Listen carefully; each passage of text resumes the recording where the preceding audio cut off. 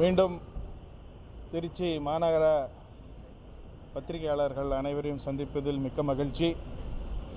கடைசி 4-5 நாளாக ஏகப்பட்ட அரசியல் நாடகங்கள், பல விஷயங்களை பார்த்தோம். மேற்கொண்டு வரும் காலங்களில் என்ன நடக்க போகுது, வெவ்வேறு கட்சிகளில் ஒரு பெரிய முக்கியமான மாற்றங்கள்லாம் நடந்துக்கிட்டு இருக்கு. இதுக்கு நடுவில் மக்களுக்கு என்ன கிடைக்க போகுதுன்றதை பற்றி உற்று நோக்கி பார்க்க வேண்டிய ஒரு காலகட்டத்தில் இருக்கிறோம். இப்போ நீங்கள் கேட்கலாம், என்ன இந்த குதிரம் பேரம்லாம் செய்யுது அப்படின்னு சொல்லி ஒரு குற்றச்சாட்டு வந்திருக்கு. இப்போ நீங்கள் போய் இதை உன்னிப்பாக கவனிச்சுட்டு வர்றீங்க, உங்கள் பார்வையில் எப்படிப்பட்டது? குதிரை பேரம் நடந்துட்டு இருக்குன்னு யார் சொன்னா? எல்லா கட்சிகளும் எடப்பாடி உட்பட குற்றம் சாட்டுறாரு. அதாவது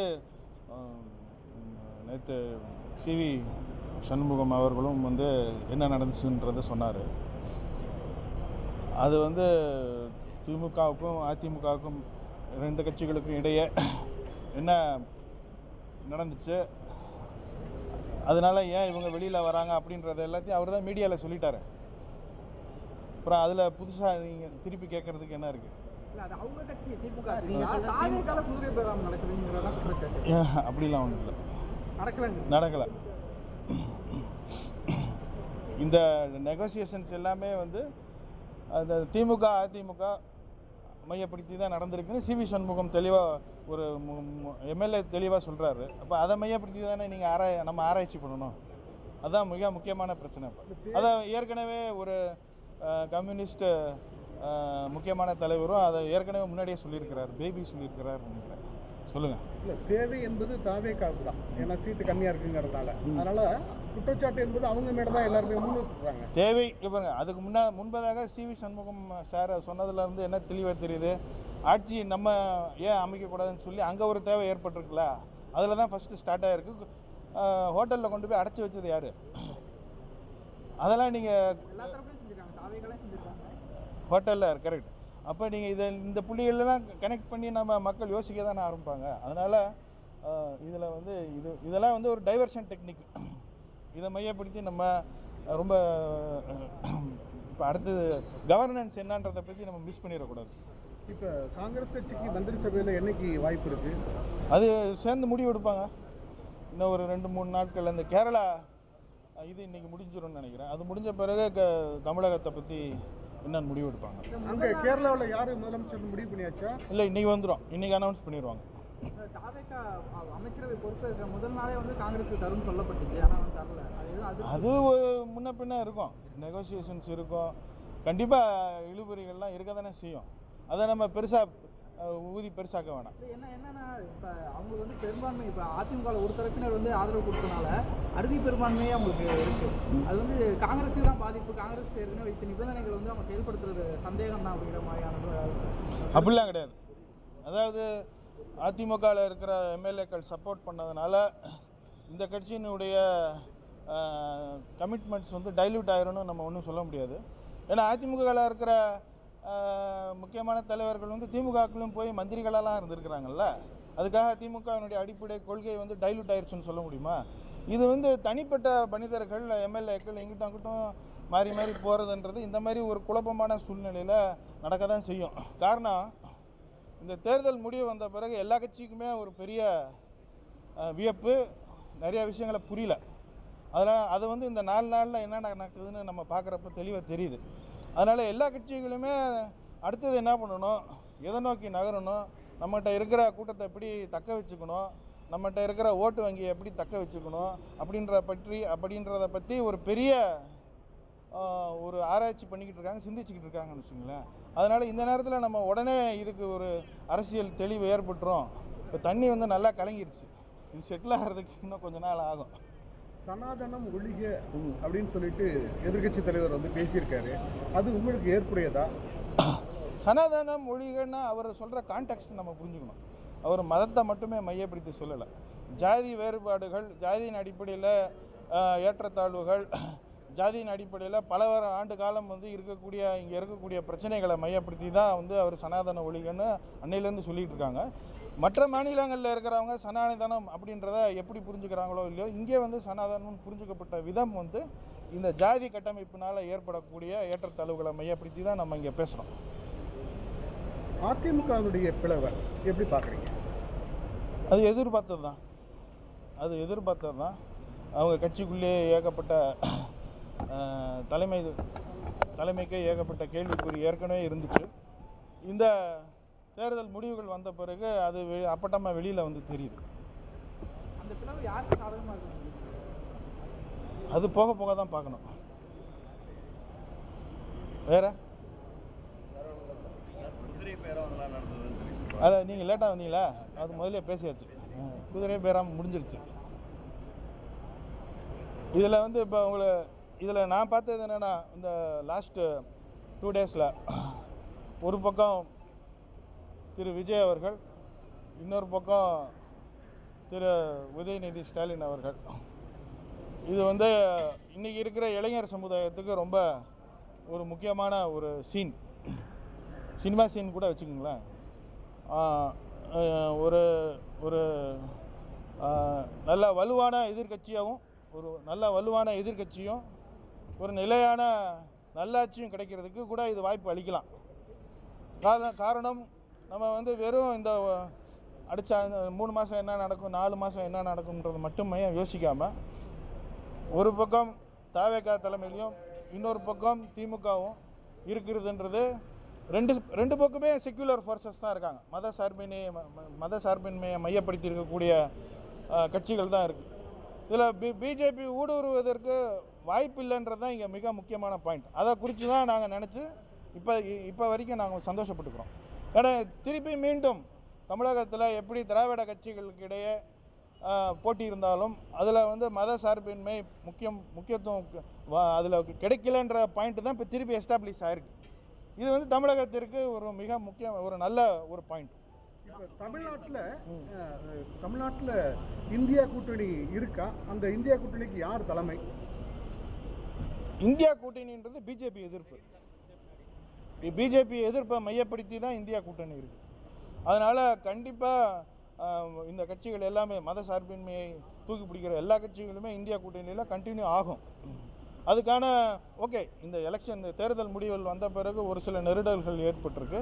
அது கண்டிப்பாக இன்னும் கொஞ்சம் காலகட்டத்தில் பேசி தீர்க்கப்பட்டுரும். இந்தியா கூட்டணியில் தொடருதா? கண்டிப்பாக பிஜேபி எதுக்கணும்னா இந்த இந்தியா கூட்டணியில் இருந்து தானே ஆகணும்.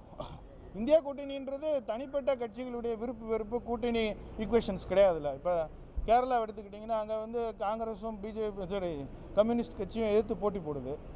ஆனால் இந்தியா கூட்டணியில் 2 பேருமே இருக்கிறாங்கல்ல. அது போல் ஒரு அண்டர்ஸ்டாண்டிங்கில் இருக்க வேண்டியதான்.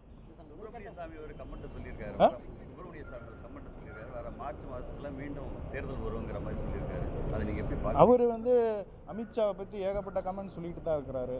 மோடியை பற்றி ஏகப்பட்ட கமெண்ட் சொல்லிட்டு தான் இருக்கிறாரு. அந்த கமெண்ட்டெல்லாம் ஏன் கேட்க மாட்டேங்கிறீங்க?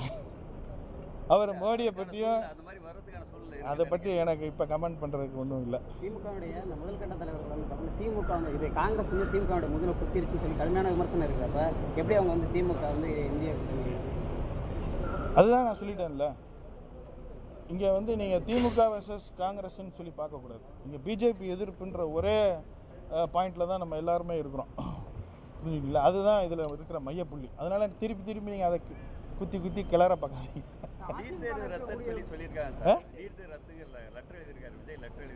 என்னது?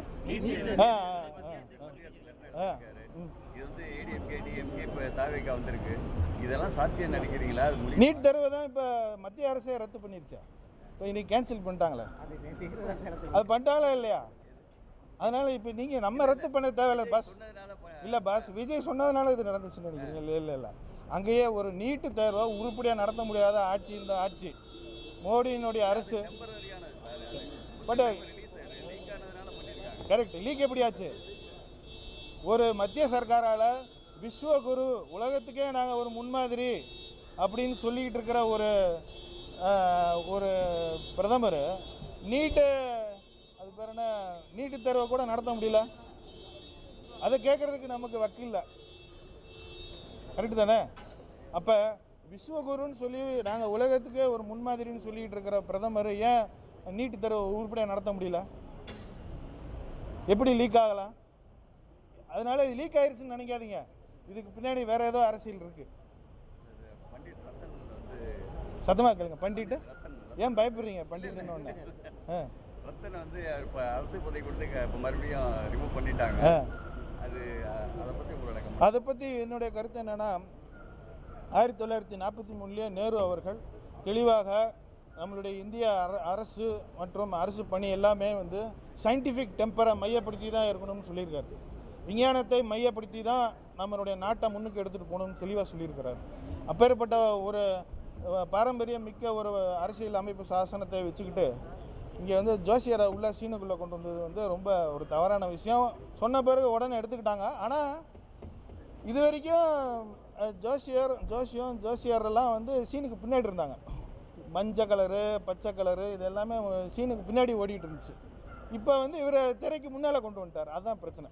அதனால் சேர்ந்து எல்லோரும் சேர்ந்து சாப்டரை க்ளோஸ் பண்ணிட்டாங்கன்னு வச்சுங்களேன். பட் அதை உடனே அவர் வாபஸ் வாங்கினது வந்து நல்ல ஆலோசனைகளுக்கு அவர் உள்வாங்கிக்கிறதுக்கு தயாராக இருக்கிறாரு. முதல்வர் வந்து தயாராக இருக்கிறாருன்றதை அருமையாக காமிக்குது. கண்டிப்பாக எதிர்கட்சி வந்து எதிர்க்குதுன்னு நினைக்காதீங்க.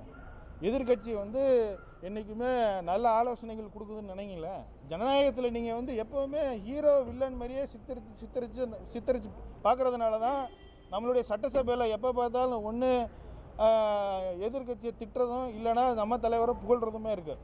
இந்த வருங்காலங்களில் சட்டசபையில் ஆரோக்கியமான விவாதங்கள் இருக்கணும். அதுக்கான ஒரு வாய்ப்பு இருக்குன்னு நான் இந்த சட்டசபையில் எதிர்பார்க்குறேன். இப்போ நீங்கள் பேர் அடிபடும், ஆளும் அடிபடுவோம், யாருக்கு தெரியும்? அதெல்லாம் நம்ம வந்து பெருசாக எடுத்துக்கூடாது. கூட்டணி மந்திரி சபையில் இடம்பெற போறீங்க. இந்த தேர்தல் வாக்குறுதி இருக்குல்ல, வேலை இல்லாதவங்களுக்கு 4000, 2500 குடும்ப தலைவிகளுக்கு, இது மாதிரி விஷயங்கள்லாம் என்னைக்கு நடைமுறைக்கு வரப்போகுது? இப்போ இது சம்மந்தமாக இப்போ நீங்கள் ரொம்ப ரெலவெண்ட்டான இப்போ தான் ஆரோக்கியமான கேள்வி கேட்குறீங்க. மற்றெல்லாம் கிசுகிசுப்புகள். பட் இப்போ தான் நீங்கள் வந்து முக்கியமான பாயிண்ட் கேட்குறீங்க. இந்த கூட்டணி வலுவாக செயல்படணும்னா, நல்ல ஆட்சி அமையணும்னா ஒரு கோஆர்டினேஷன் கமிட்டி ஒன்று போடணும். இந்த கூட்டணி கட்சிகளுக்கு எல்லாம் சேர்த்து ஒரு கோஆர்டினேஷன் கமிட்டி மாரி போட்டு 2 மாதத்துக்கோ 3 மாதத்துக்கோ ஒரு தடவை கூட்டணி அந்த கோஆர்டினேஷன் கமிட்டி தலைவர்களை உட்கார வச்சு என்ன பிரச்சனை ஏது இது போன ஆட்சியில் நடக்கலை. நான் சொல்கிற பாயிண்ட் புரியுதா? கூட்டணியில் ஆட்சியில் இருக்கிறாங்களோ இல்லையோ அட்லீஸ்ட் கூட்டணி கட்சிகளுக்கு ஒரு கோஆர்டினேஷன் கமிட்டி இருக்கணும். அது இருந்துச்சுன்னா போன தடவை இவ்வளோ குழப்பங்கள் இருந்திருக்காது. தொழிலாளர்கள் போராட்டம், அதேமாரி துப்புரவு தொழிலாளர்கள் போராட்டம், இதெல்லாம் நம்ம வந்து கட்டுப்படுத்தியிருக்கலாம். காரணம் கூட்டணி கட்சிகள் அதற்காக தெளிவாக என்ன பேசணுமோ அதை பேசியிருப்பாங்க. இந்த ஆட்சியில் அது அமையணுன்றது என்னுடைய பொறுப்பு, என்னுடைய ஒரு முக்கியமான வேண்டுகோளாக இருக்கும். இது தவிர யூபிஏ ஒன்று இருக்கிறப்ப அன்னை சோனியா காந்தி அவர்களுடைய தலைமையில் நேஷ்னல் அட்வைசரி கவுன்சில்னு ஒன்று போட்டாங்க. அதில் வந்து சிவில் சொசைட்டிஸு, என்ஜிஓஸு, பத்திரிகையாளர்கள் எல்லாத்தையும் அந்த கூட்டமைப்பில் வச்சுருந்தாங்க. உங்கள்கிட்ட இருந்து கருத்து கேட்டாங்க. ஸோ இந்த ஆட்சி நல்ல ஆட்சி, தீர்க்கமான ஒரு ஆட்சியை அமையணும்னா இந்த மாதிரி சில முக்கியமான முடிவுகளை முதல்வர் எடுத்தார்னா அவருக்கு நல்லது. இல்லைன்னா திரும்பி ஜோசியர்கிட்ட போய் மாட்டிக்குவார். சார் 96ல் கலைஞரை போய் உங்களுக்கு வாய்ப்பு இல்லை, இப்போ நீங்கள் சப்போர்ட் பண்ணுறீங்க. கலைஞரப்ப மந்திரி சபையில் வாய்ப்பு வழங்கப்படல, இப்போயும் வாய்ப்பு வழங்கப்படலை. இல்லை இந்த தடவை வாய்ப்பு கண்டிப்பாக வந்துடும். அந்த என்ன துறை யார் அமைச்சர்ன்றத முடிவு வந்து இன்னும் காங்கிரஸ் எடுக்கலை. அது தெரில, 1 or 2 கிடைக்கும். திருச்சி கிழக்கு தொகுதியில் காங்கிரஸ் சார்பாக வாய்ப்பு. அது வந்து கட்சி தான் முடிவு எடுக்கும். ஓகே.